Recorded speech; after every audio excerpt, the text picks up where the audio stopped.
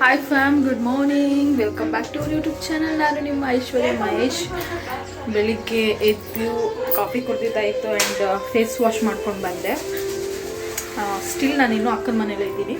So ಟಿಫನ್ಗೆ ಏನು ಮಾಡಿದ್ದಾರೆ ಅಂತ ಹೇಳಿದ್ರೆ, ಇವತ್ತು ದೋಸೆಗೆ ಕಡಲೆಕಾಳು ಸಾಂಬಾರು, ಕಡಲೆಕಾಳು ಬಟಾಣಿ ಹಾಕ್ಬಿಟ್ಟು ಸಾಂಬಾರು ಮಾಡಿದ್ದಾರೆ. ಆ್ಯಂಡ್ ಚಟ್ನಿ, ಕಾಯಿ ಚಟ್ನಿ. ಈಗ ಊಟ ಮಾಡೋಣ. 1 ದೋಸೆ, 2 ದೋಸೆ, 3 ಸಣ್ಣ ಸಣ್ಣ ಇರೋದ್ರಿಂದ 3 ದೋಸೆ ಹಾಕ್ಕೊಳ್ತಾ ಇದ್ದೀನಿ. ಸಾಂಬಾರು ಹಾಕೊಳ್ಳ, ಚಟ್ನಿ ಹಾಕೊಳ್ಳ. I think I like sambar, chutney ಬೇಡ. ಕಾಯಿ ಅನಿಸುತ್ತೆ ನನಗೆ ಸಾಂಬಾರು.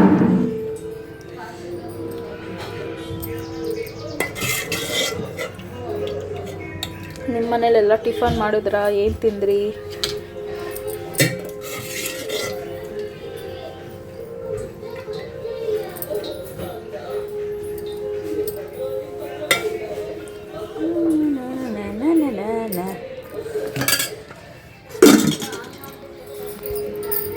Tiffin ready.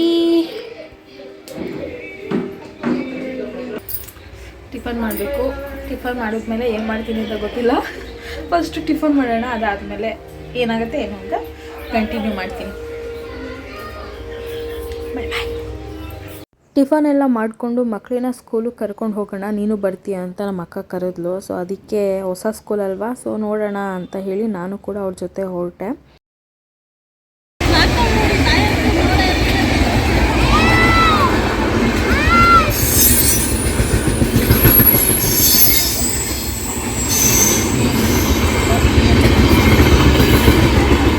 ಅಯ್ಯೋ, ಒಂಟೆ ಹೋಯ್ತು ಟ್ರೈನ.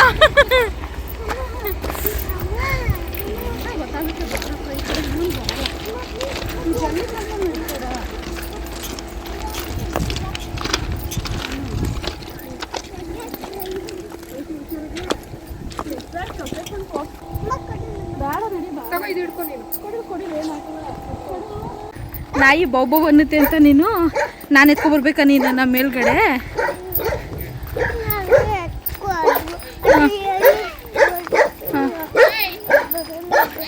ಅದು ಕಿತ್ತಾಕೊಂಡು ಬಂದ್ಬಿಟ್ಟು ಕಚ್ಚಿಬಿಟ್ರೆ ಏನು ಮಾಡ್ತೀಯ? ಏನು ಮಾಡ್ತೀಯ ಕಚ್ಚಿದ್ರೆ? ಹೌದಾ? ಓಹೋ, ನಾಯಿ ಬೊಗ್ಳುತ್ತಾ ಅದೇ.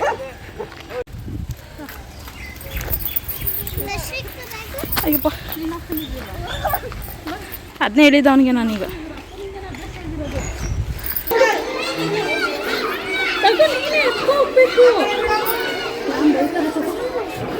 ಹೋಗಿ ಕರ್ಕೊಂಡು ಬಿಟ್ಬಿಟ್ಟು ಬರೋಗು. ಬಾಯ್ ಮಗ್ನೆ.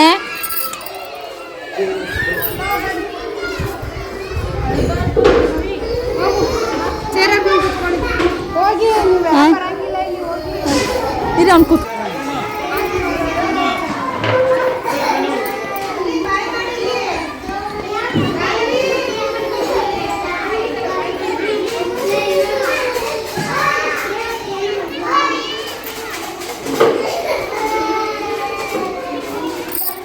ಲಶ್ವಿಕ್, ಓಯ್ ಲಶ್ವಿಕ್, ಬಾಯ್, ಐ ಲವ್ ಯು.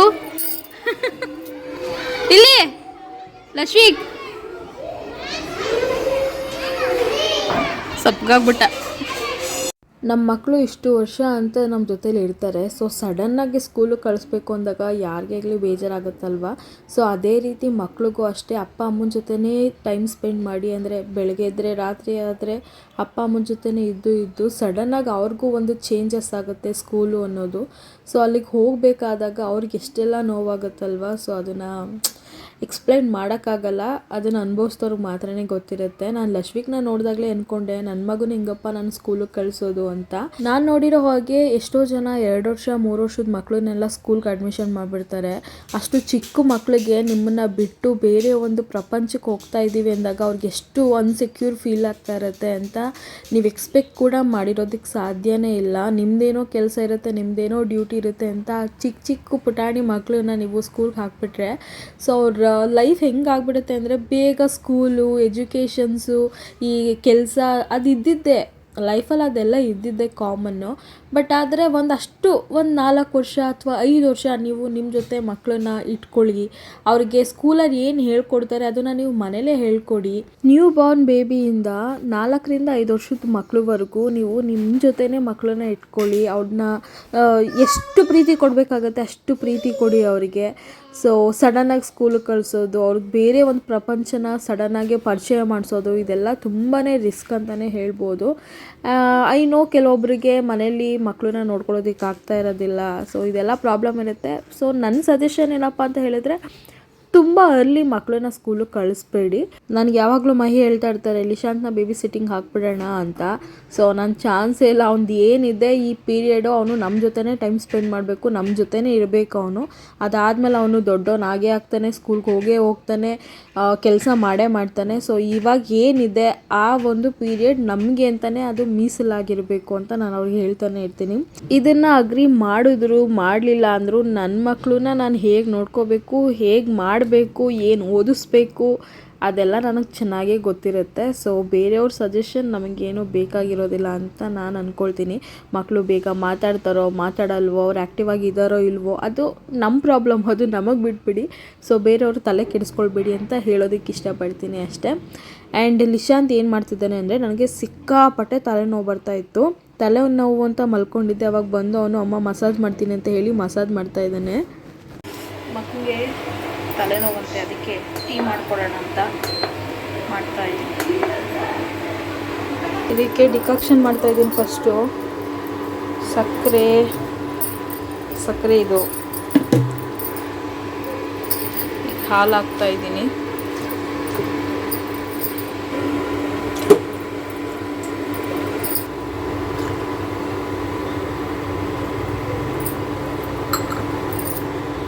ಇದು ಟೀ ಪೌಡರ್ ಯಾವುದೋ ಇದು ಹೊಸದು ಟೀ ಪೌಡರ್. ಇದು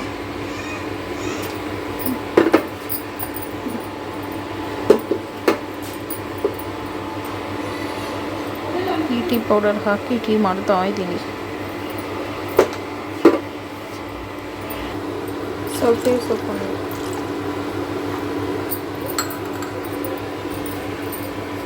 ಕೊಟ್ಟಿದ್ದೀನಿ, ಜಾಸ್ತಿ ಮಾಡ್ಕೋಬೋದು.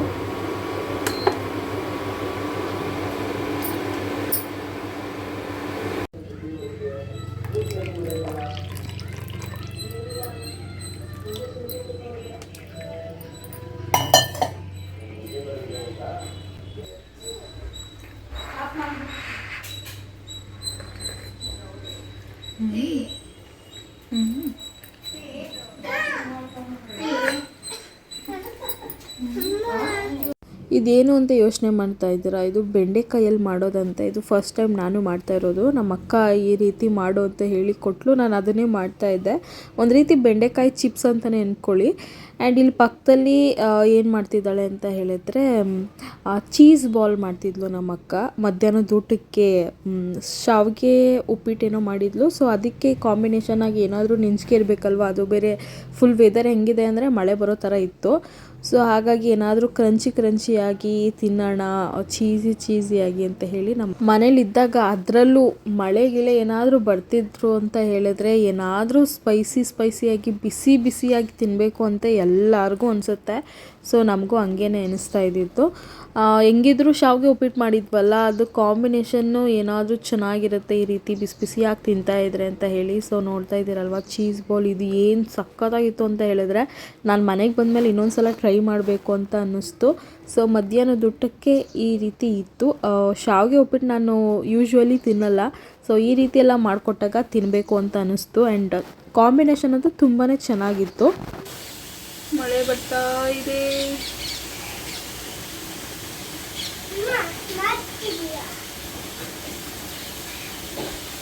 ಅಲ್ಲಿ ಮಳೆ ಬರ್ತಾ ಇದೆ. ಇಲ್ಲಿ ಮ್ಯಾಗಿ ಕೇಳ್ತಾವನೆ ನಮ್ಮ ಲಕ್ಷ್ಮಿ. ಸೊ ಅದಕ್ಕೆ ಮ್ಯಾಗಿ ಮಾಡ್ತಾ ಇದ್ದೀನಿ.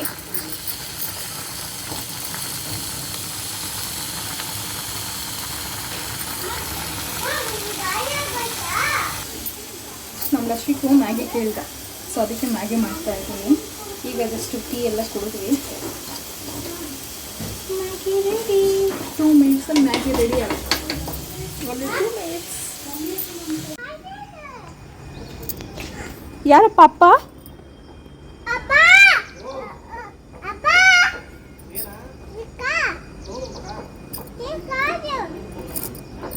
ಅದಪ್ಪನಾ?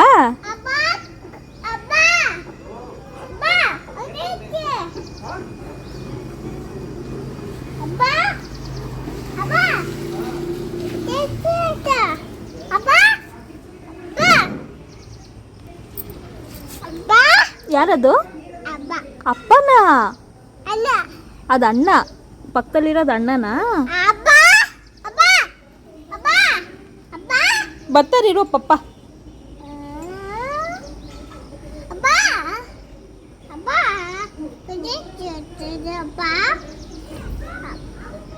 ಮಳೆ ಬಂದಿರೋದಕ್ಕೆ ಎಷ್ಟು ಚೆನ್ನಾಗಿದೆ ನೋಡಿ ಇವತ್ತಲ್ಲಿ.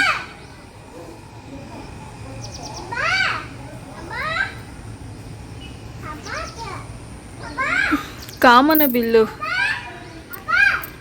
ಎಷ್ಟು ಚೆನ್ನಾಗಿ ಬಂದಿದೆ. ಕಾಮನ ಬಿಲ್ಲಲ್ಲಿ ಕಾಮನ ಬಿಲ್ಲಿ ಮಾತಾಡಿ ಕಣ್ಣಲ್ಲಿ ಒಂದು ಸುಂದರ.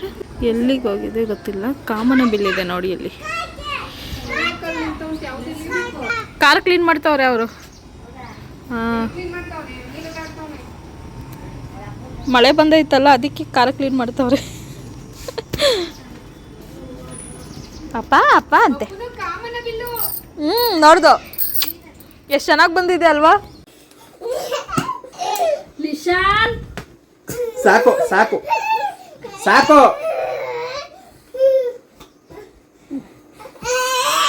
ಒಡೆಯಕ್ ಬಂದಿಲ್ಲ, ಸುಮ್ಮಿರ್ಲ ಸ್ವೀಟ್. ಅಲ್ಲಿ ಅಲ್ಲಿ ವಿಡಿಯೋ ಮಾಡಿ ತೋರಿಸ್ತದ ಪಪ್ಪನ್ಗೆ. ಚತುಮಮ್ಮನ್ ಕಳ್ಸಕ್ಕ ಬಂದು ಹೊಡಿತದೆ ಇವನಿಗೆ. ಲಕ್ಷ್ಮೀಕ್ ಯಾರಿಗೆ ಹೇಳ್ತಾರೆ? ಬಾ ಲಕ್ಷ್ಮಿ, ನಾವು ಆಚಾಡುವ. ಬಾ ಅಲ್ಲೋಡೆ ಅಲ್ಲೋಡೆ. ಬಾಪ ಬಾಪ. ಯಾರಿಗೆ ಹೇಳ್ತಿರೋದು? ಮತ್ತೆ ಸುಮ್ಮನಿರು. ಫುಲ್ ಮಳೆ ಬಂದಿರೋದಕ್ಕೆ ಫುಲ್ ಚಿಲ್ಲಾಗಿರಲಿ ಅಂತ ಹೇಳಿ ಪಾನಿಪುರಿ ತಿನ್ನೋಣ ಅಂತ ಅನ್ನಿಸ್ತಾ ಇತ್ತು ಎಲ್ಲರಿಗೂ. ಸೊ ಹಾಗಾಗಿ ಮನೆಗೆ ಪಾರ್ಸಲ್ ತಂದುಬಿಟ್ಟು ನಾನು ಎಲ್ಲರಿಗೂ ಮಿಕ್ಸ್ ಮಾಡ್ಕೊಳ್ತಾ ಇದ್ದೆ. ಎಲ್ಲರಿಗೂ ಒಂದೊಂದು ಬೌಲ್ಗೆ ಹಾಕ್ಕೊಡೋಣ ಅಂತ ಹೇಳಿ. ಸೊ ಬಿಸಿ ಬಿಸಿ ಪಾನಿಪುರಿ ಅಥವಾ ಪಾನಿಪುರಿ ಮಸಾಲ ತಿಂತಾಯಿದ್ರೆ ಊಟನೇ ಬೇಡ ಗುರು, ಅಷ್ಟು ಚೆನ್ನಾಗಿತ್ತು. ಸೊ ಮಸ್ಟು ಟ್ರೈ ಮಾಡಿ. ಅದು ಮಳೆ ಟೈಮಲ್ಲಿ ಟ್ರೈ ಮಾಡಿ ನೀವು. ಏನು ಚೆನ್ನಾಗಿರುತ್ತೆ ಗೊತ್ತಾ? ಅದು ನಾರ್ಮಲ್ ಡೇಸಲ್ಲಿ ನಾವು ತಿನ್ನೋದಕ್ಕಿಂತ ಈ ಮಳೆ ಟೈಮು ಚಳಿ ಟೈಮಲ್ಲಿ ತಿಂದರೆ ಅದು ಟೇಸ್ಟು ನೆಕ್ಸ್ಟ್ ಲೆವೆಲ್ ಕೊಡ್ತಾ ಇರುತ್ತೆ. ನನಗೆ ಹಂಗೆ ಅನ್ನಿಸ್ತಾ ಇತ್ತು. ನಾರ್ಮಲ್ ಡೇಸಲ್ಲಿ ತಿನ್ನೋದಕ್ಕಿಂತ ಈ ಥರ ಟೈಮಲ್ಲಿ ತಿಂದಾಗ ಅದೊಂಥರ ಎಕ್ಸ್ಟ್ರಾ ಟೇಸ್ಟ್ ಕೊಡುತ್ತಲ್ವ, ಏನೋ ಒಂಥರ ಫೀಲ್ ಗುಡ್ ಅನಿಸುತ್ತೆ ನಮ್ಮ ಮನಸ್ಸಿಗೆ. ಸೊ ಅದಕ್ಕೆ ಏನಾದರೂ ಚಳಿ ಮಳೆ ಬರ್ತಿದೆ ಅಂತ ಹೇಳಿದಾಗ ನಿಮ್ಗೆ ಏನು ತಿನ್ನಬೇಕು ಅನಿಸುತ್ತೋ ಅದನ್ನು ಮಾಡ್ಕೊಂಡು ತಿನ್ನಿ, ಇಲ್ಲ ತರಿಸ್ಕೊಂಡು ತಿನ್ನಿ. ಸೊ ಅಷ್ಟೇ, ಒಟ್ಟಿನಲ್ಲಿ ನಾವು ಖುಷಿಯಾಗಿರಬೇಕು ಅಷ್ಟೇ.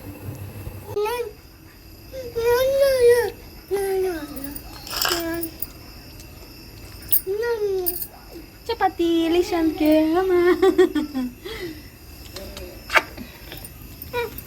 ಒಬ್ಬ ಬಿದ್ದೋಗ್ತಿದ್ದೆ. ಒಬ್ಬ ಯಪ್ಪ ಬೇಡ ಹೋಗು. ಹೊಡಿತಾವ್ ಅವಾಗ್ಲಿಂದ ನನಗೆ ಮುಖಕ್ಕೇನೆ. ಮಳೆ ಬಂದು ನಿಂತಿದೆ. ಚೇರ್ ಹಾಕೊಂಡು ಕೂತ್ಕೋತಿರೋ ನೋಡಿ ನನ್ನ ಮಗನ. ಶೂಪ್ ಪಡೋಲಿತಾ ಅಂತ ತಿನ್ನು, ಬಾಯಲ್ಲಿರೋ ತಿನ್ನು ಫಸ್ಟು. ಆಯಿತು ತಗೋ.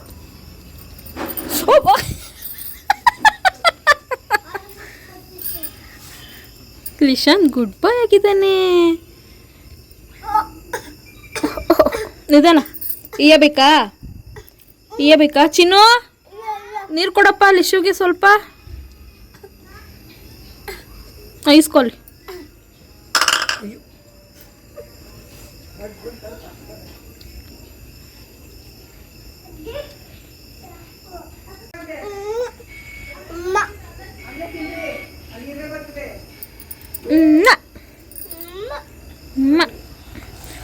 ಚಪಾತಿ ತಿನ್ನಬೇಕು ಬೇಗ ಬೇಗ.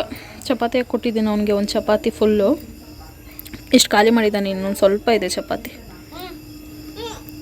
ಬೇಡ ಸಾಕು, ಚಪಾತಿ ತಿನ್ನು. ಪಪ್ಪ ಫೋನ್ ಮಾಡೋಣ ತಗೋ.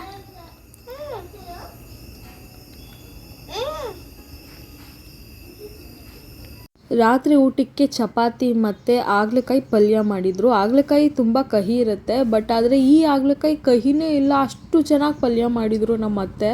ಸಿಕ್ಕಾಪಟ್ಟೆ ಇಷ್ಟ ಆಯಿತು.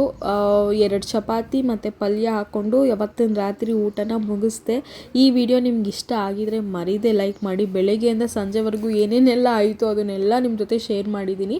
ಸೊ ಹೋಪ್ ಯು ಗೈಸ್ ಈ ವಿಡಿಯೋ ಇಷ್ಟ ಆಗಿರುತ್ತೆ ನಿಮಗೆ ಅಂತ. ಬಾಯ್.